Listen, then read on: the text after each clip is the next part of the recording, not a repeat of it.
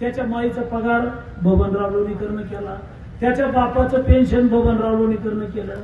नरेंद्र मोदीजींनी 6,000 रुपये तुझ्या बापाला पेरणीला दिले. तुझ्या माईच्या, तुझ्या बहिणीच्या, तुझ्या बायकोच्या नावावर लाडक्या बहिणीचे पैसे आले.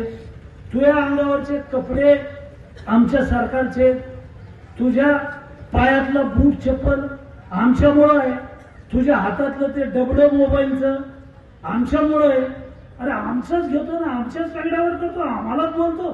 मी काही बोललेलो नाही आणि मी शेवटच्या क्षणापर्यंत आयुष्यात कधी सामान्य नागरिक असो किंवा शेतकरी असो त्यांच्या विरोधात बोललो नाही, बोलणार नाही. आणि ह्यांना लय पुळका आला आहे, यांना जे लय वाटतं ना, तर मला शेतकऱ्यांची माफी मागायला काय, मी बोललोच नाही, मी काही अपराध केलाच नाही, मी गुन्हाच केला नाही. पण मी जर बोललो तर मी 1000 वेळा आमच्या शेतकऱ्यांची हात जोडून माफी मागेल, काय मला त्याची लाज वाटणार नाही.